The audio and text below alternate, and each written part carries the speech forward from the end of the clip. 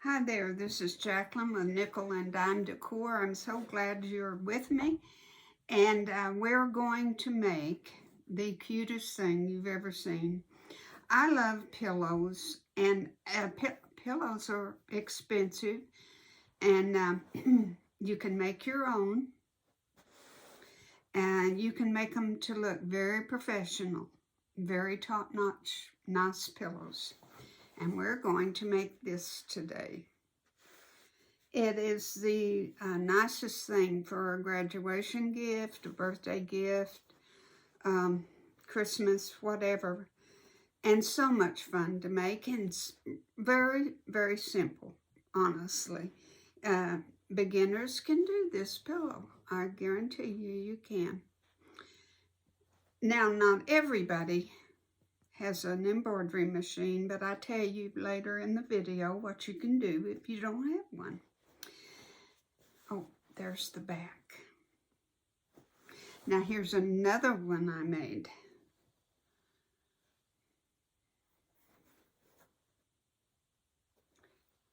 Love, love, love. And I want you to know, I know my videos are to teach you to sew, but in case you don't want to sew, and you would like to have a pillow, I have an Etsy shop. And I don't have all of my items on there yet, but I will in a few days. I'll have them all on there. But you can buy anything that I make on my Etsy shop, Nikkelanddimedecor. So, and this, I love the back of that. You want to make, especially if they're for young people, make them happy pillows, fun pillows. Well, all right, we better get busy and see what we can do. Okay, the first thing I do is cut out my top for my pillow. And I have this pretty red, and it is a 12.5 by 16. I don't put an allowance more on the 16. The pillow is a 12 by 16. But when you have those ends on them, those pointed ends, they never do fill up real good. So don't extend make a 1/2 inch seam or anything. Just cut it the size of your pillow.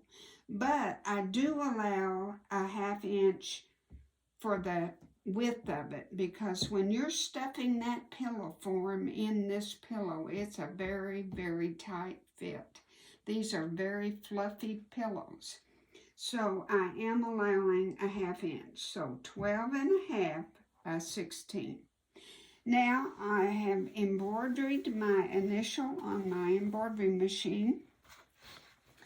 And I made all kinds of markings. But I decided to go to the back side to get my circle.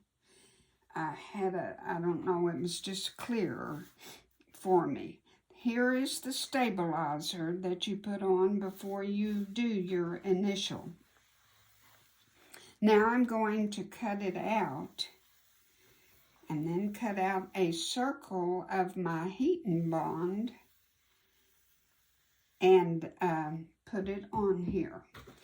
You'll want to measure, and it's hard to see on this red, but you'll want to measure 8 inches and draw a line to get your center point.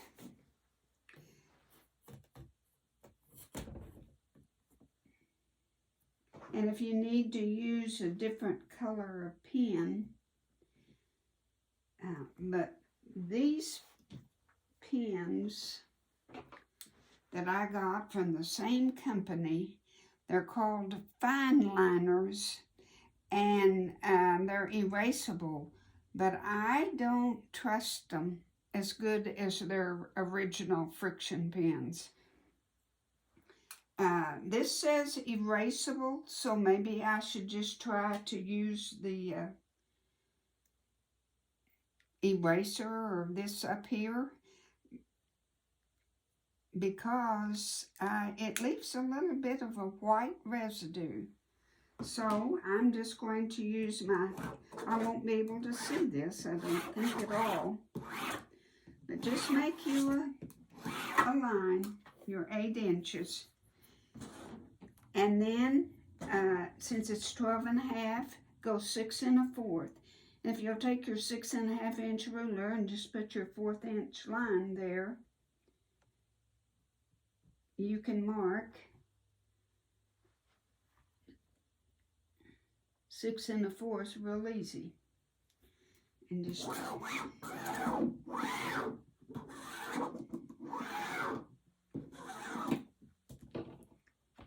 and there is my center point right there.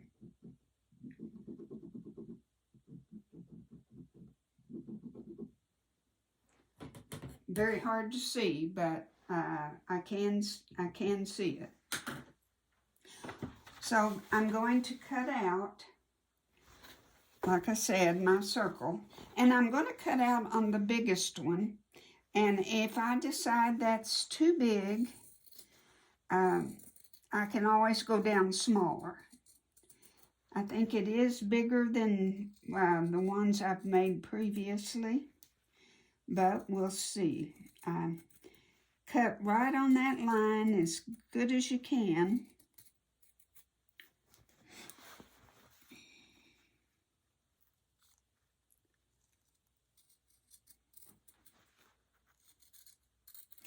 And then we'll put our heating bond on and we'll press it on.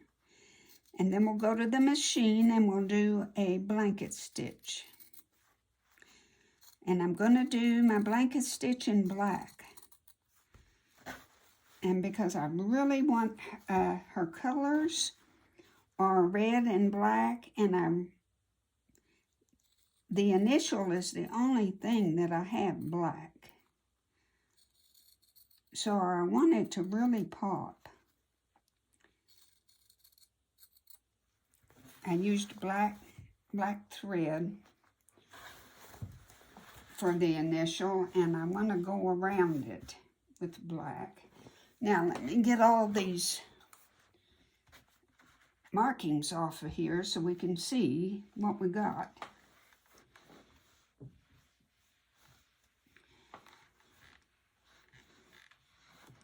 And the way, what we can do is just fold it to see if we've got it in the middle. And it looks pretty precise. I believe it's just fine.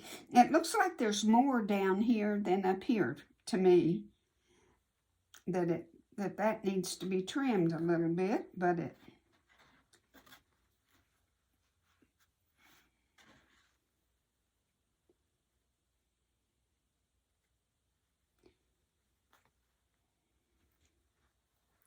what do you think? I don't know. I think I will. I don't know. And just visually, that doesn't look right. It looks too much down here.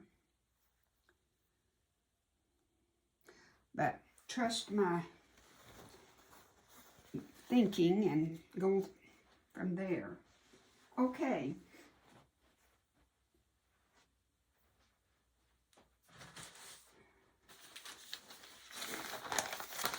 I'm just going to put this on my heating bond, and I'm going to draw around it because I don't want to waste it. It's not all that expensive, but I just hate wasting it. So draw it on there. Might not be the best circle in the world.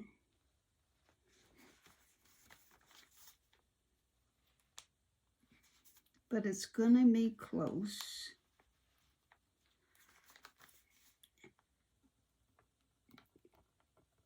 Because you're gonna cut a straight line.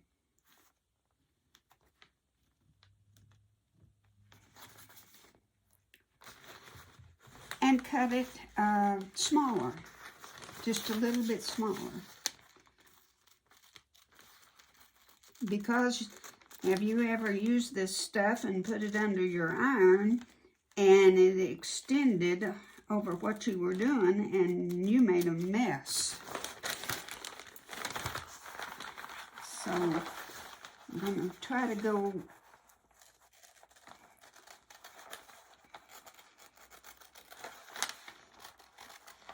inside my line a little bit.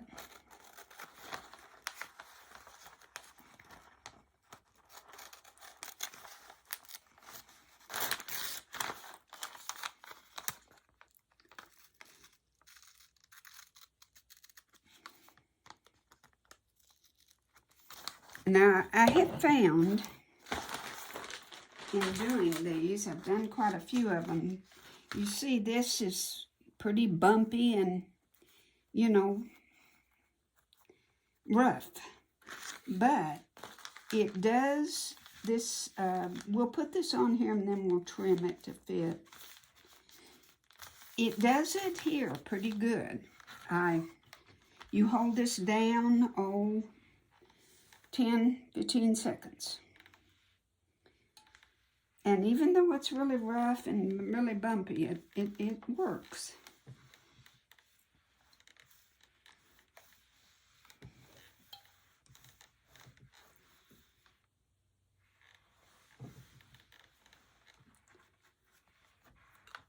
Now let's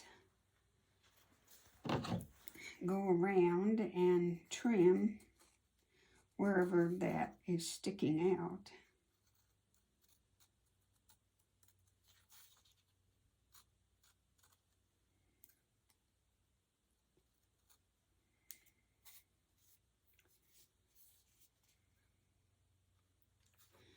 Didn't stick right there, just a little bit.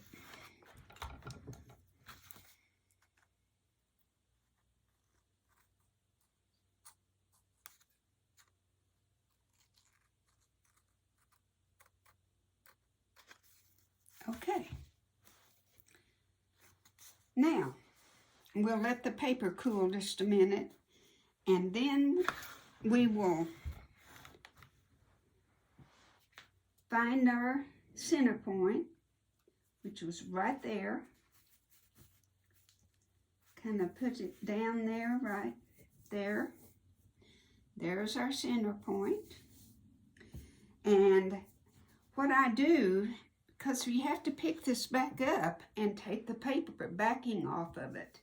So I draw my circle or line up here so I know where this goes, back where it goes.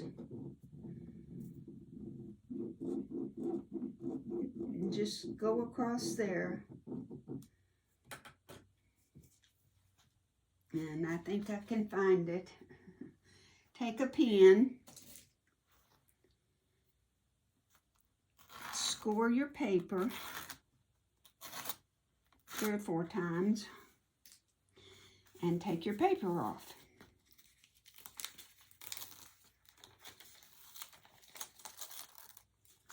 And there's the shiny, and it's ready to adhere. And now we'll put this right back on my markings.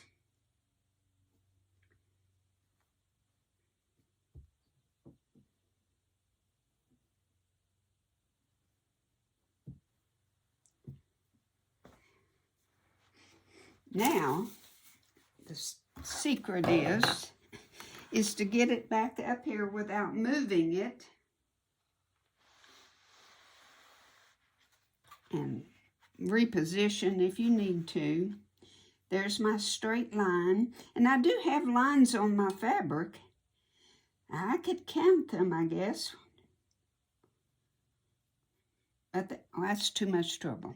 I'm looking at it and I'm thinking that here's my middle line.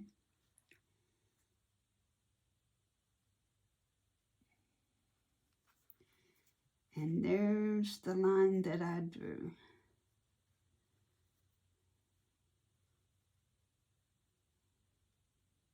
So we're going to call it in the middle.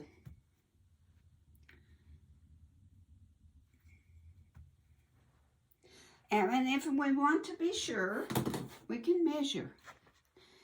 I mean, when all else fails, measure.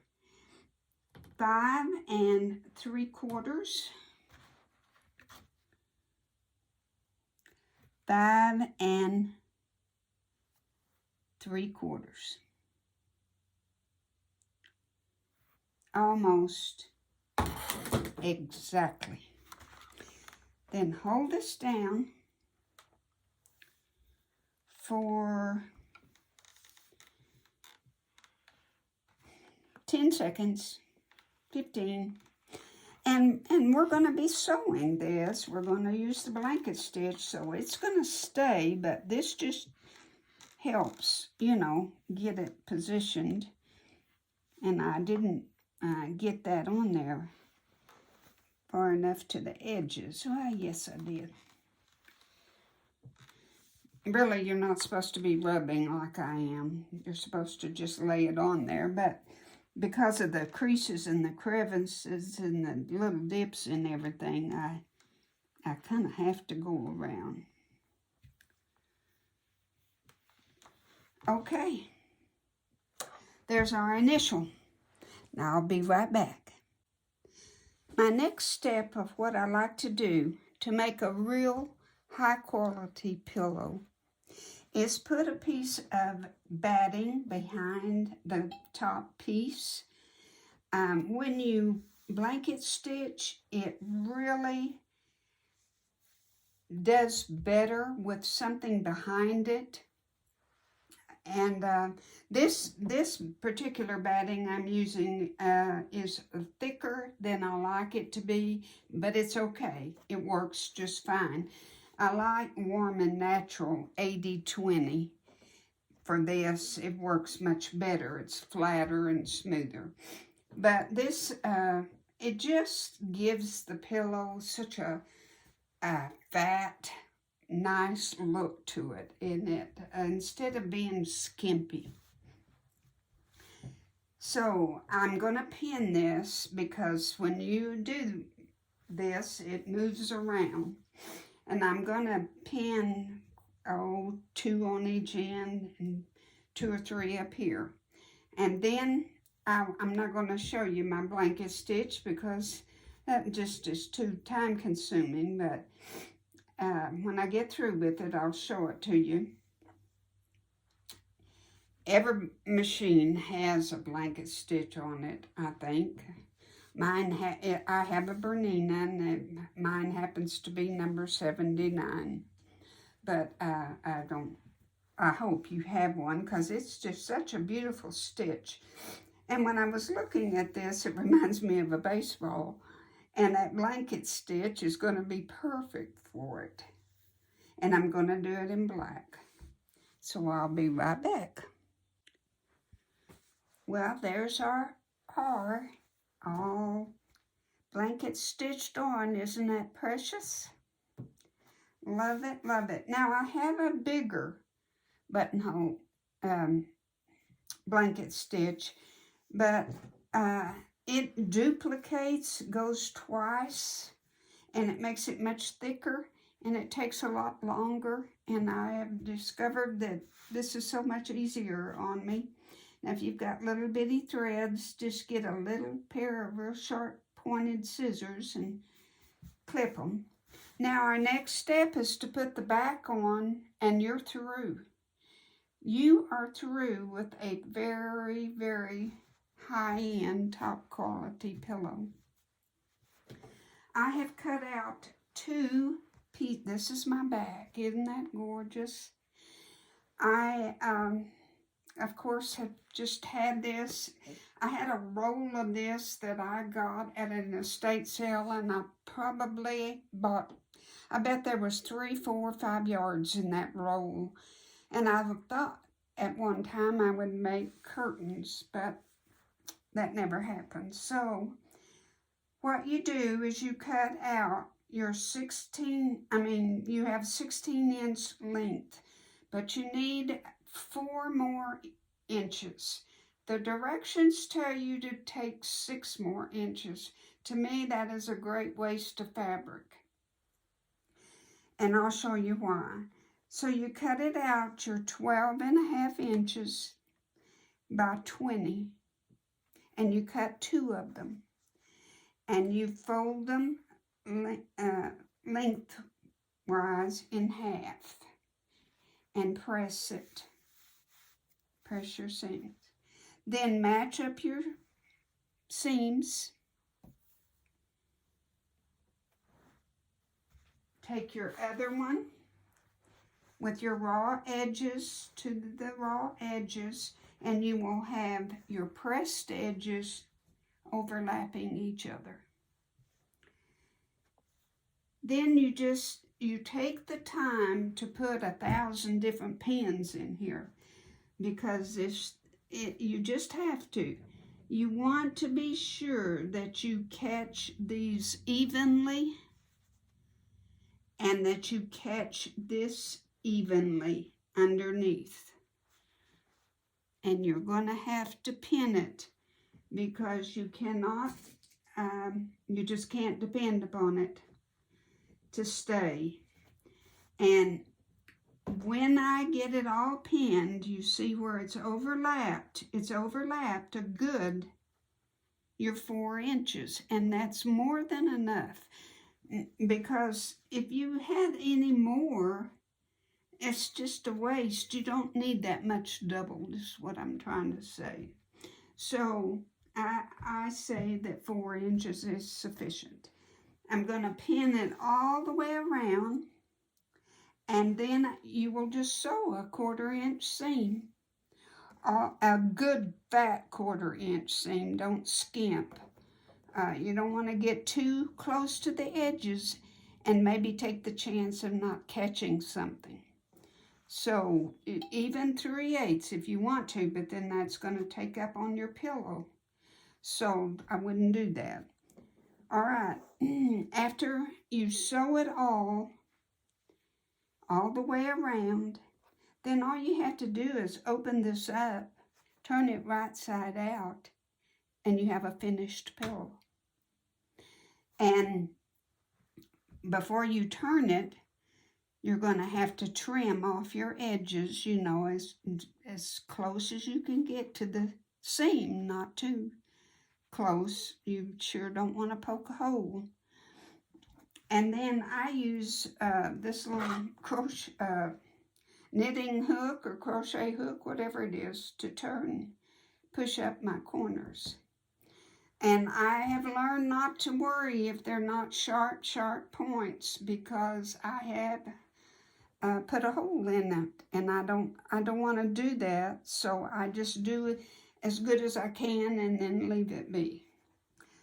And I'm going, when I've sewed this, I'm going to go back and sew again where my edges overlap here, because this is such a tight fit. When I put the pillow in there, I'm going to be really tugging at this, and I don't want it to come loose.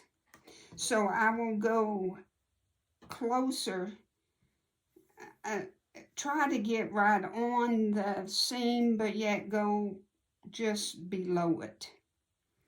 And just go back and forth right here 2 or 3 times. And reinforce that. And this whole pillow is washable, but I would not try to take the cover off and wash it. I would stick the whole pillow in the washing machine. And you might have to, you know, tug and pull and get the foam and everything back right. But that's what I would do instead of taking the pillow cover off, because it is such a tight fit. Now my 16 by 16 or 14 by 14s, the pillow forms were pretty skimpy. I got them at Joann's, and I got these at Joann's, but these are better quality pillow forms that I had bought, these 12 by 16. So I guess it really depends on your pillow form, but these are very, very good and very plump, and they're very hard to get in here. So I'm going to sew this, And then I will come back and turn it, and we'll see what beautiful pillow we have. Well, I forgot to tell you that if you do not have an embroidery machine, remember you can take block letters and put them on your heating bond, trace them out with your fabric underneath. Put your heating bond on your fabric and then trace your letters and monogram them, applique them on. That's what you can do if you don't have an embroidery machine. It's just applique your letters on and use your blanket stitch, and it'll be just as cute. We can always improvise and find what works for us. Okay? Thank you. Bye. Well, here's our final product. Isn't it not precious? I love it. And you will too. There's the back. Just a wonderful gift.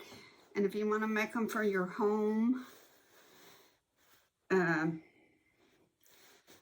whatever you want to make them for, they're just a couple of hours. It just doesn't take any time at all. Just remember, don't skip the steps. Make it top notch. Make it right. You will be so proud of it. And I thank you so much for watching on how to make It's All Mine pillow. God bless.